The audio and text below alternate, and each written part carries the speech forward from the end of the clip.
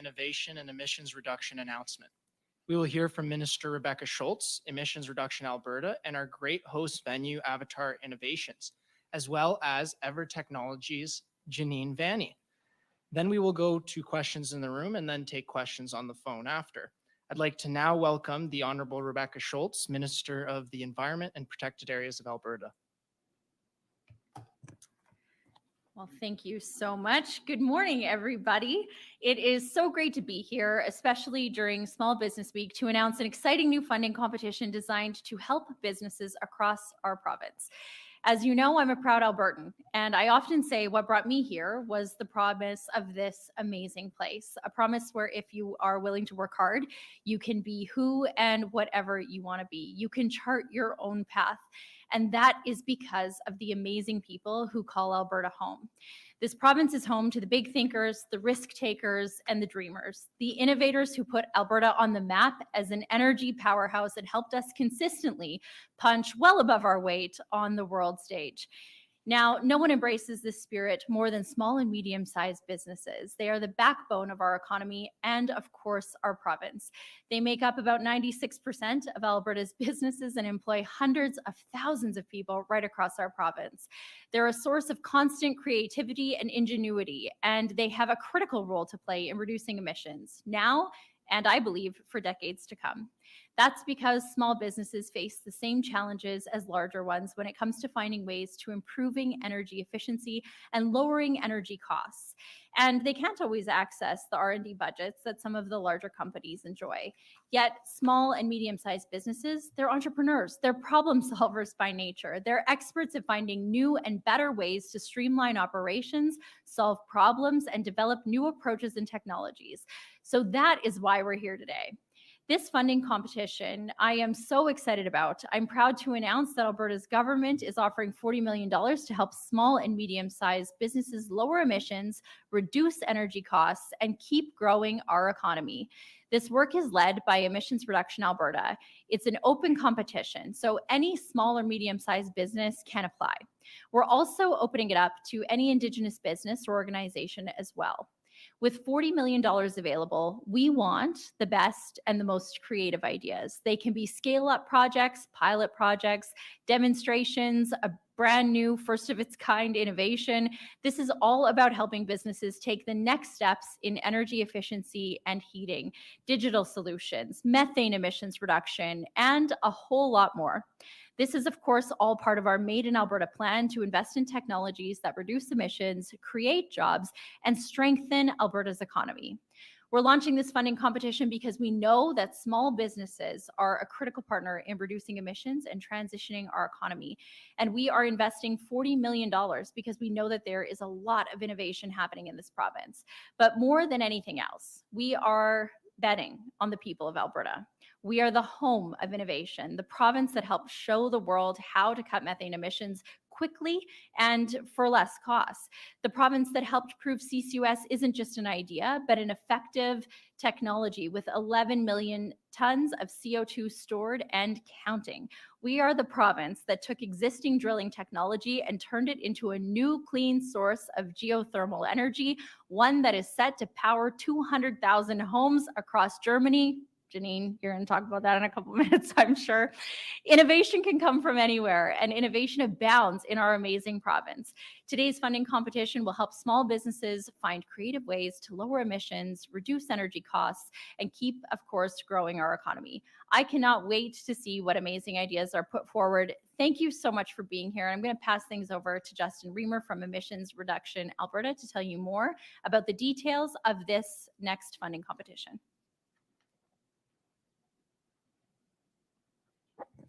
Good morning, everybody. So nice to see you all. Thank you, Minister, for those great remarks. Before my remarks, I'm going to show you a little video on this small screen behind me. So have a look. Whether it's forestry, agriculture, oil and gas, or power generation, Emissions Reduction Alberta's portfolio includes hundreds of funded projects that reduce emissions across sectors. We know the biggest ideas don't always come from the biggest players. We know clean technology solutions won't always come from the places we might expect. That's why the Government of Alberta and Emissions Reduction Alberta are launching the Emerging Innovators Challenge. Alberta is home to numerous businesses working to commercialize technologies that reduce emissions and grow the economy.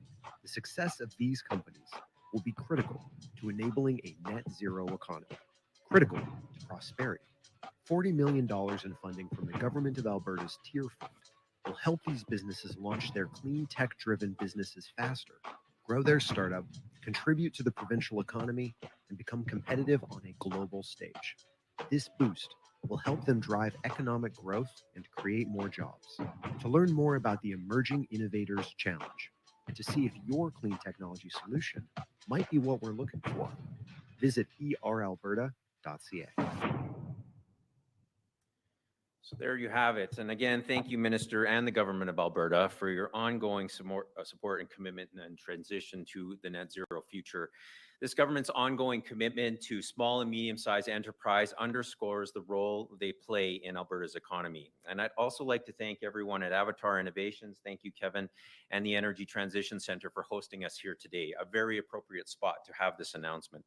The carbon tech sector in this province plays a pivotal role in energy transformation, and Avatar is instrumental in moving innovation from concept to commercialization, something which we fund and something that is important fundamentally to both Emissions Reduction Alberta and the Government of Alberta.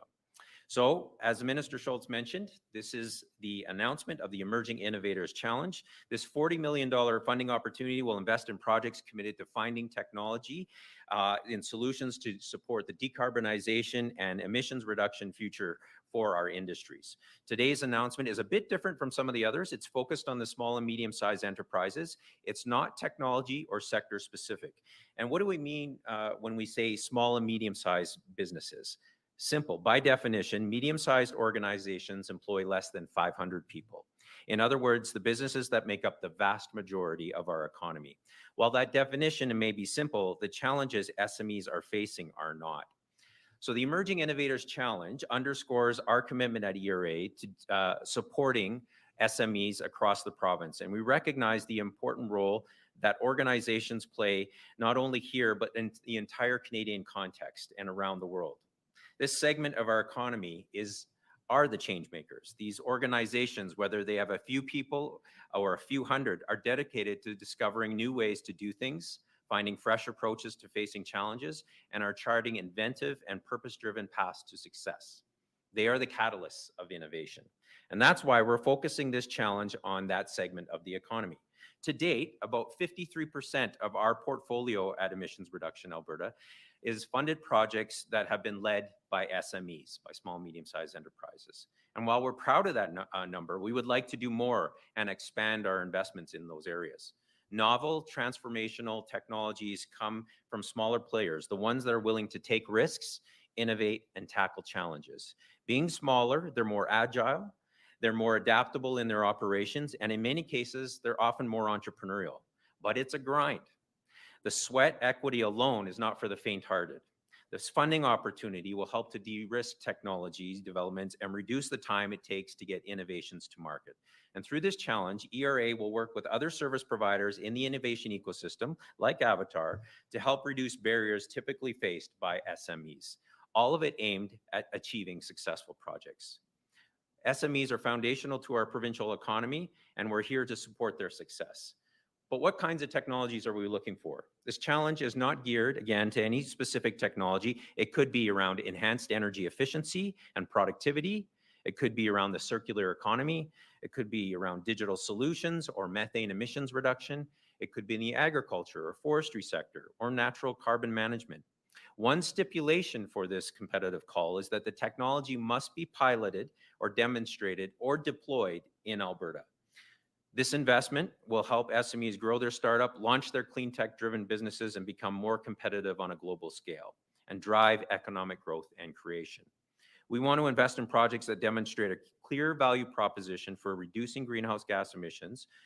And so the total funding of the challenge will be $40 million. Successful applicants are eligible for up to $5 million or a minimum request of $250,000. I am pleased to announce that the challenge is now open for application on the ERA website. We're going to hear shortly from Janine at Ever Technologies, a great success story, which ERA helped to support in the early days. And I wanted to share a couple more examples of successful technologies and firms that Emissions Reduction Alberta has supported and how those investments have paid off. So back in 2013, we launched a $35 million Grand Challenge, Innovative Carbon Uses.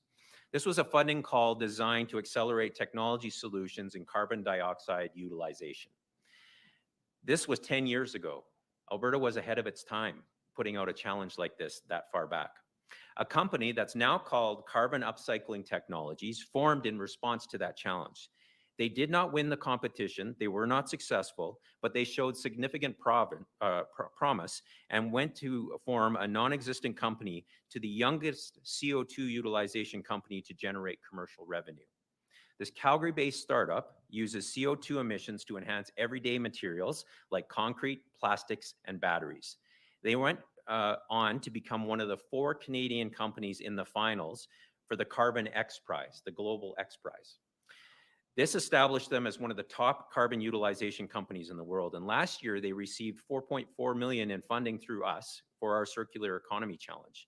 At the end of July of this year, Carbon Upcycling closed a $26 million Series A funding round. This will help them deploy multiple commercial projects, including 2 located directly at cement plants, from startup to commercialization, all because of a funding call started by ERA. Carbon Engineering, you may have heard of them, a direct air capture technology that was formed several years ago and incubated out of the University of Calgary. More than 8 years ago, ERA provided them $500,000 for an early stage project to demonstrate their technology actually worked. A couple months ago, they were bought by Occidental Engineering for $1.1 billion. This will provide the capital to see the direct air capture technology they have deployed at an industrial scale. They are right now working on the largest direct air capture project in the world in Texas. So the success of ERA's strategic investments is best illustrated when we see funded companies scaling up first-of-kind projects, becoming operational, and attracting international attention. These are significant milestones that we as Albertans need to be proud of and are helping our companies find solutions to ensure the province is on track to meeting its targets. Today's announcement builds on a history of actions and accomplishments to reduce Alberta emissions and beyond, dating back to the formation of ERA, and doing it in a way without impeding economic growth, reliability, or energy reliability and affordability. Thanks to Alberta's Tier Fund, we will ensure that we stay competitive, overcome barriers, and succeed on the global stage. Thank you. I'm now handed over to Kevin Krausert, CEO of Avatar Innovations. Well, thank you, Justin, for the warm introduction. It's my pleasure to extend my heartfelt congratulations to both the Government of Alberta and ERA on today's exciting announcement. As a 4th-generation Albertan oil and gas worker and a leader in Alberta's energy transition, I find this moment particularly significant. My family's journey in Alberta's energy sector goes back generations. My great-grandfather, a pioneer who immigrated to Turner Valley, found here a culture of collaboration, technological innovation, and hard work in the then nascent oil and gas industry. He played a pivotal role in laying the foundation for an industry that would become a multi-generational engine of economic growth for our province and our nation. His generation was at the forefront of a global energy transformation, providing affordable energy to billions worldwide, improving living standards unimaginably. And today, as the world marches towards a net zero emissions future by 2050, Alberta is poised to lead once again. Our energy innovation ecosystem has never been more vibrant. We are diligently working to provide today's energy needs while building the energy system of tomorrow in a net zero world. Large energy companies are driving commercialization. Research facilities are delivering groundbreaking concepts, and innovators and entrepreneurs are bringing these new technologies to market every day. Today's funding announcement is vital. It supports our innovators and entrepreneurs, accelerating the delivery of crucial technologies to market. By allowing each part of our ecosystem to focus on its strengths, this funding de-risks new technologies, making them attractive to the large industrial players who are capable of scaling them. It's like putting wind in the sails of these technologies, propelling them forward. Alberta is rapidly becoming a global center of excellence in the energy transition, ready to showcase its talents and export its cutting-edge technologies. Today, thanks to the leadership of both the Government of Alberta and Emissions Reduction Alberta, we are just getting started. ERA stands tall as a shining example of leadership, vision, and collaboration in our province's innovation ecosystem. Their dedication to supporting breakthrough technologies and emissions reduction is truly remarkable. This funding will empower ERA to continue driving this innovation, promoting sustainability, and assisting startups and small and medium-sized enterprises in reducing the world's carbon footprint. And as someone with decades of experience in the oil and gas industry, I couldn't be prouder of this transition. We're not abandoning our roots, we're evolving them. We're not reacting to change, we're driving it. Alberta is demonstrating that it can lead the world in both traditional and sustainable energy production. And on behalf of the countless innovators working in Avatar Innovations, we eagerly anticipate collaborating with both the Government of Alberta and ERA to shape the new energy future. It's an exciting time for our province, and I'm honored to be a part of it. Now it's my pleasure to introduce our next speaker, Janine Vanny, EVP of Corporate Services at Ever, who embodies Alberta's spirit of exporting innovation to the world. Thank you.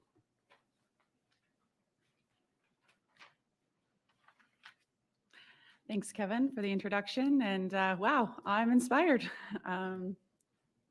It's an absolute pleasure to be here today to celebrate the announcement of ERA's Emerging Innovators Challenge. As Justin mentioned, the perspective I bring is one of a former ERA grant recipient. I work for a company called Ever Technologies. We've developed a novel advanced geothermal system called the Everloop that is capable of producing emissions-free, scalable, and base load heat and power from geothermal energy, all using oil and gas technology. But that's not the interesting part. The interesting part is rewinding back to 2017 when we started the company in our basements. I hear myself in Justin's words. I hear and feel the journey that I experienced in Justin's words.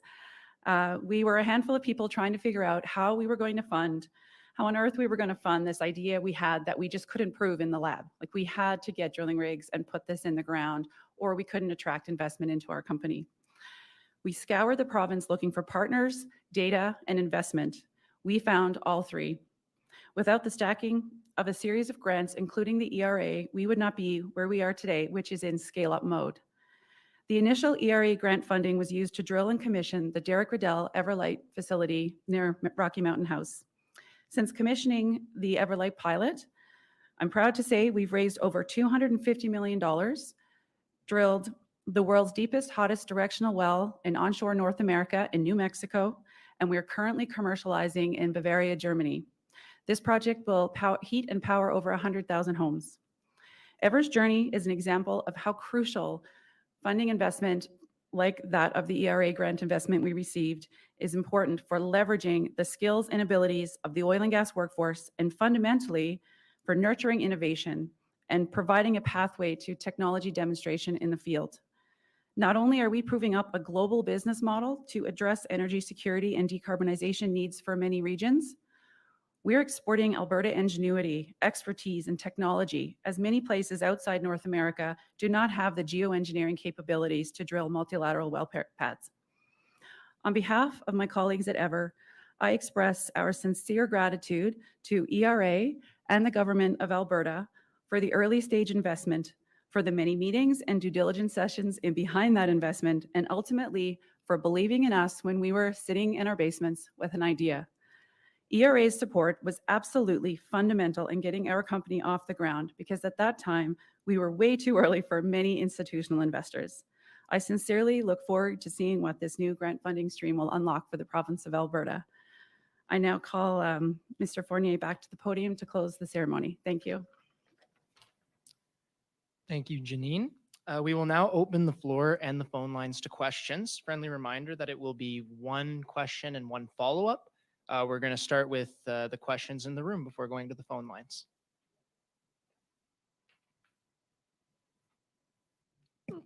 Hello, Emma Graney from the Globe and Mail.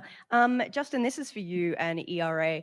This is extremely broad, as you noted in your comments, broader than I think a lot of the things that you've done before. So can you tell us a little bit more about how you're actually going to assess these applications, what you're going to be looking for, and whether the successful proponents are going to have to report back with lessons learned through the money that they might get from you? Yes, thank you. Yes, it is a broad call. I might point you to a recent call we had called Industrial Transformation, where we had a series of very innovative technologies we funded across a spectrum of different sectors, and it netted some very high quality submissions. And so by broadening this call up, we're hoping that SMEs bring their best quality projects forward. And we're looking for a variety of criteria, and they're now posted up on our website. One of the things we're looking for is the TRL level, the technology readiness level of these projects. They need to be what is called a 7 or 7 to 9 technology readiness level. So very close to commercial deployment. It was going to be good for them if they have an industrial partner where they can actually deploy and commercialize this site. Funding leverage is always something we look to. We have a proud history of and a track record now of 7 to 1 on our funding leverage. So for every dollar invested, we see $7 invested in. We look at the management team and their capacity and capabilities to pull this off, and if there's a pathway to market. But we also look at the technology. We have a range of engineers and technical experts, GHG measurement experts, that will assess this in a rigorous way to ensure it's a very credible and strong project going forward. But we know that it's very difficult for SMEs to develop these kinds of projects and get it to the TRL 7 to 9. And so, as Kevin mentioned, we have a fantastic ecosystem of support already in this province. We have Alberta Innovates, we have Foresight, we have Avatar, we have Plug and Play, and a variety of others. And we're going to work closely with a number of these innovators to match them up with the requisite talent of mentorship and financial support that they may need to move and progress those projects well beyond just what our funding can do. So it's going to be an ecosystem-wide approach. And yes, all of these projects, we pay for performance. So we only pay for work done. So they may be awarded $2 million, but that $2 million has to reach a series of milestones and demonstrate the work. And then we pay on an invoice basis. When the project is complete, a final report is drawn up. We require knowledge sharing in a number of our elements. We're not risking the IP of the companies, but we do want to share with the broader global population the learnings, the high-level learnings from a lot of these projects and what's being invested in. And that's an obligation as part of our public funding. Thanks. And to Ever Technologies, was it Janine? Question for you. You guys do some pretty cool stuff. Yeah, feel free. Off you go.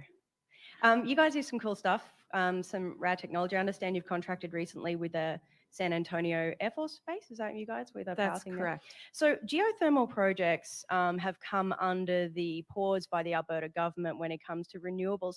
I'm curious how that would have impacted your business early on had you been ready to go, had an approval in the line, ready to be done, and the government said, nah, can't do it. How much would that have impacted you guys? I don't think we would have seen a significant impact because we present very much like an oil and gas, the way you would license or lease a well and how you would implement that well. And so I don't think it would have a significant impact. And I guess I would like to just to point out that we're very appreciative of where we're at right now with the geothermal stage in Alberta.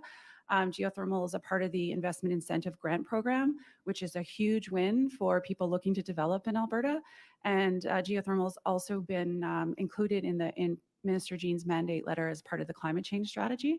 So I guess that's where I would leave it is I think we feel that it's not gonna affect us at all moving forward. Okay, thanks. Thank you.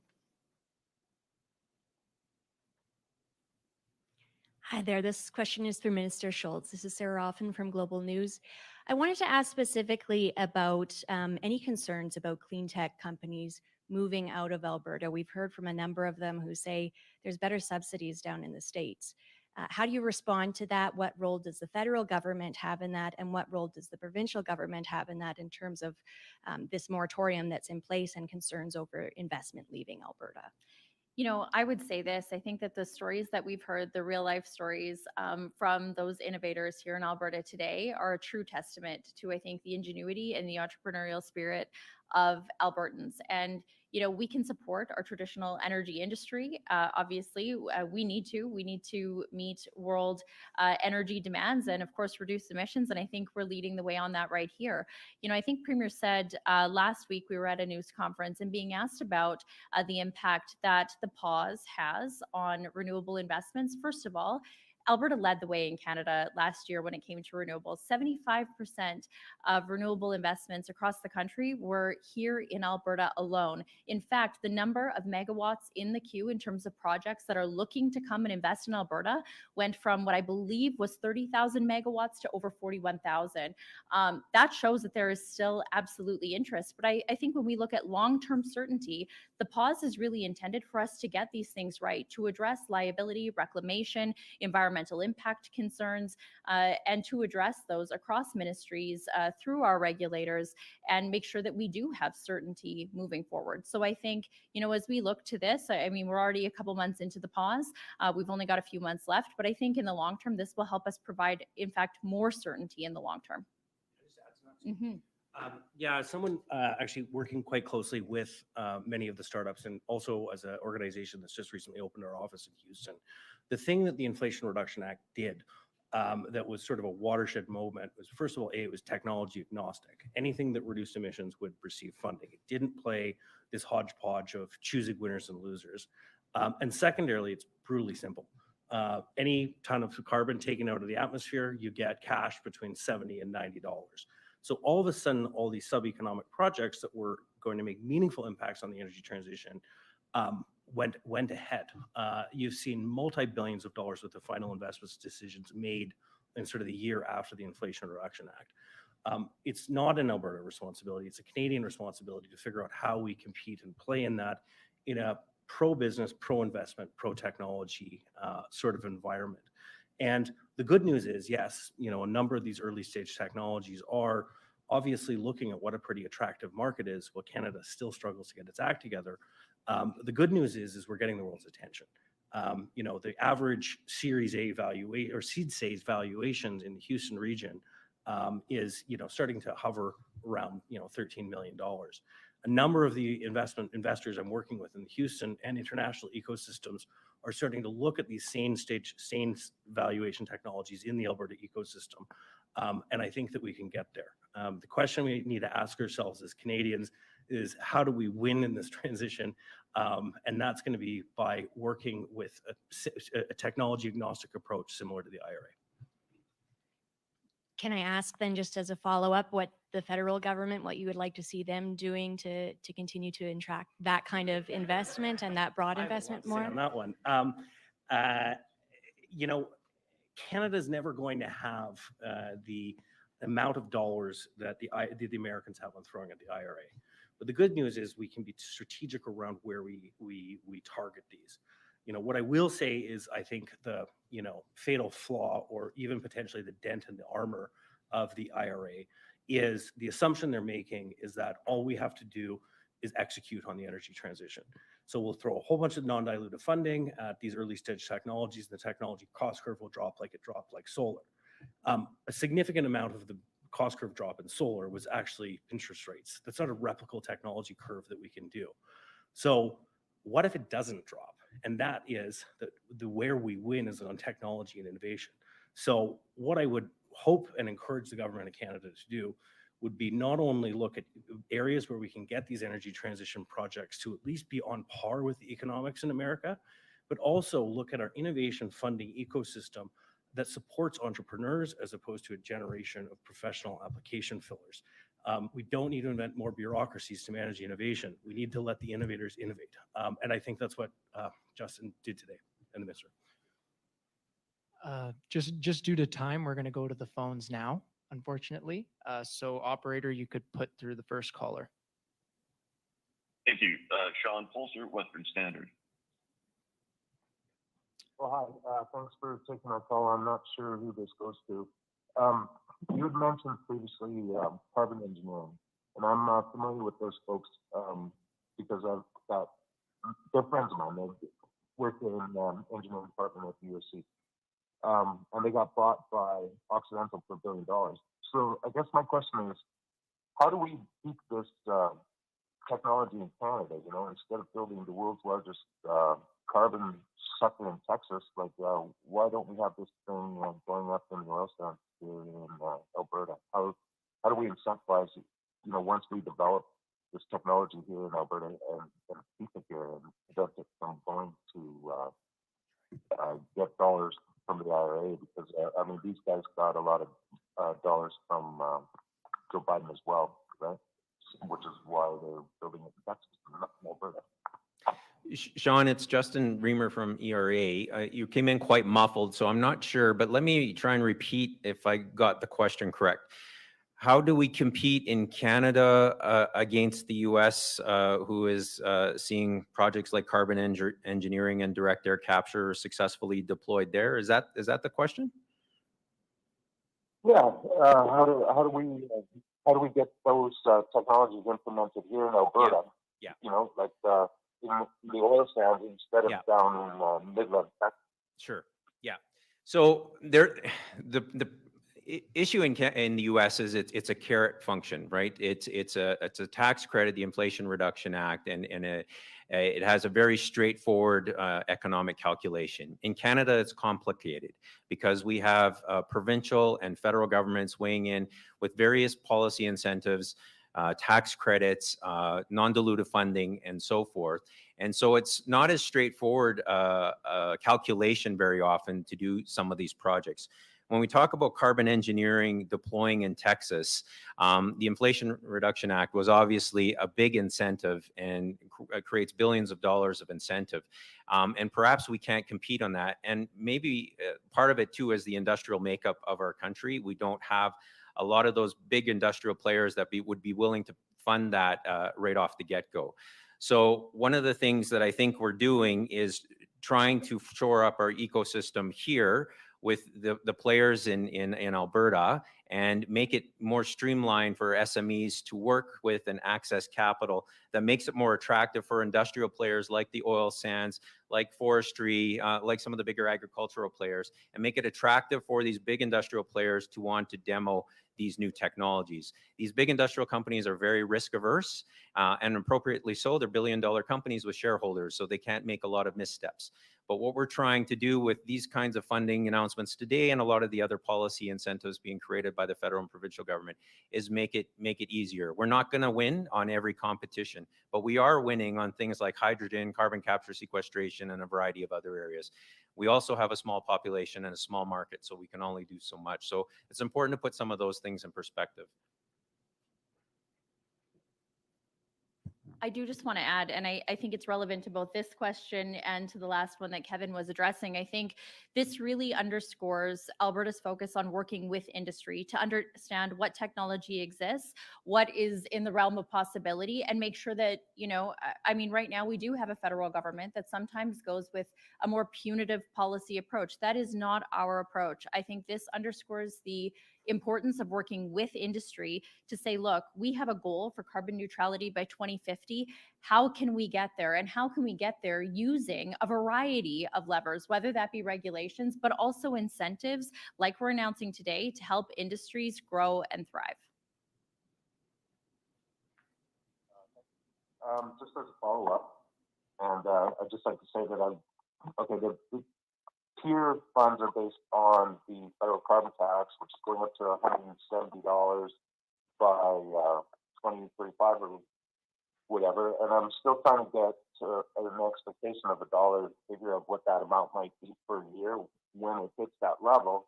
But the question that I have is, would you be prepared to take those tier funds and then maybe use it to help deploy some of these technologies? You know, like you're saying, these big companies are risk averse. Would there be a role for the Alberta government to maybe, I don't know, if it would be like an investment bank or just some kind of a way to, you know, segment off a chunk of those things to actually get these technologies out into the field? I'm not 100% sure I got all of your question, but I think the gist of it, to summarize, you're exactly right. Long-term funding in tier is impacted by the federal carbon price. That said, I mean, I am a huge supporter of this program where we are taking investments from our large emitters and then reinvesting in industry to reduce emissions. Our partnership with Emissions Reduction Alberta is hugely important in that, and I'm grateful for the work that Justin and his team have been doing. And we've already had a number of conversations about, you know, what else? What does this look like as we move forward? Are there ways that we can look at supporting CCUS and other technologies that we want to see happening right here in Alberta? Maybe looking at ways we can support projects at different places, I would say, in the process of development. Those are early conversations. We also, of course, know that we have other organizations like Alberta Innovates that also support a lot of this work. So, you know, we're open to a lot of different ideas. I want to continue to see Alberta be a leader. When I hear Kevin and Janine talk about the amazing things that are happening right here in Alberta, building on our expertise in energy and oil and gas, and I would say celebrating our proud history and our resource development record, but also saying, you know, where are we going next? This is exciting. This is something that we want to invest in, and I think it just shows the great partnership as well that both the government and Emissions Reduction Alberta have with industry. Unfortunately, that is all the time we have today. So this concludes today's announcement. Thank you and have a good day, everyone.